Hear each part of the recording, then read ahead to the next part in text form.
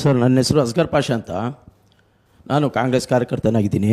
ತಮ್ಮಲ್ಲಿ ಕೇಳುವಂಥ ಪ್ರಶ್ನೆ ಏನಂದರೆ, ಯಾವುದೇ ಒಂದು ಸಣ್ಣ ವಿಷಯ ಬಂದ್ರೂ ವಿರೋಧ ಪಕ್ಷವಾಗಿ ರೋಡ್ಗೆ ಇಳಿದು ಬೀದಿಗಿಳಿದು ನಾವು ಸ್ಟ್ರೈಕ್ಗಳು ಮಾಡಿದ್ದೀವಿ, ಆಗ ಕೆಲಸ ಮಾಡಿದ್ದೀವಿ. ಆದರೆ ನಿಮ್ಮ ಪಕ್ಷದಲ್ಲಿ ಯಾವುದು ಇದುವರೆಗೂ ಆ ಥರ ನಡೆದಿಲ್ಲ. ಇದುವರೆಗೂ ಯಾವುದು ನಡೆದಿಲ್ಲ ಆ ಥರ.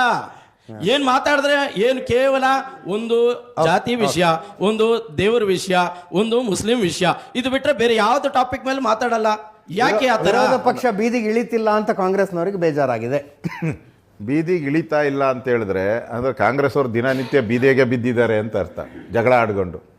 ಒಂದು ಹಂಗಾರೆ ನಿಮ್ಮ ನಾಗೇಂದ್ರ ಯಾಕೆ ರಾಜೀನಾಮೆ ಕೊಟ್ಟ? ನಾವು ಬೀದಿಗೆ ಇಳಿಲಿಲ್ಲ ಅಂದರೆ ಯಾಕೆ ಕೊಟ್ಟ? 187 ಕೋಟಿ ಲೂಟಿ ಹೊಡೆದಿದ್ದು ಯಾರ ವಿಧಾನಸಭೆಯಲ್ಲಿ ಪ್ರಸ್ತಾವ ಮಾಡಿದ್ದು ನಾನೇ. ರಾಜೀನಾಮೆ ಯಾಕೆ ಕೊಟ್ಟ? ಜೈಲಿಗೆ ಯಾಕೆ ಹೋದ? ನಿಮ್ಮ ಮೂಢ ಹಗರಣದಲ್ಲಿ 14 ಸೈಟು ಸಿದ್ದರಾಮಯ್ಯ ನಂಗೆ ಕೊಡಲ್ಲ, ಯಾಕೆ ಕೊಡಲಿ, ನಮ್ಮ ಅಪ್ಪಂದು ಅಂತ ಹೇಳಿದ್ರಲ್ಲ, ಹೆಂಗೆ ತಂದು ಕೊಟ್ಟರು 14 ಸೈಟು?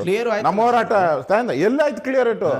ನಡೀತಾ ಇದೆ ಕೇಸು, ಕ್ಲಿಯರ್ ಆಗಿಲ್ಲ, ಇನ್ನೂ ಕೇಸ್ ನಡೀತಾ ಇದೆ, ಇನ್ನೂ ಬಾಕಿ ಈ ಪಿಕ್ಚರ್, ಅರ್ಧ ಪಿಕ್ಚರ್ ಇನ್ನೂ ಬಾಕಿ. ಇವತ್ತು ರಸ್ತೆ ಗುಂಡಿ, ಮಾನ ಮರ್ಯಾದೆ ಇದ್ದರೆ ಸರ್ಕಾರಕ್ಕೆ ಇಷ್ಟೆಲ್ಲ ಹೋರಾಟ, ಬೀದಿಗಿಳಿದು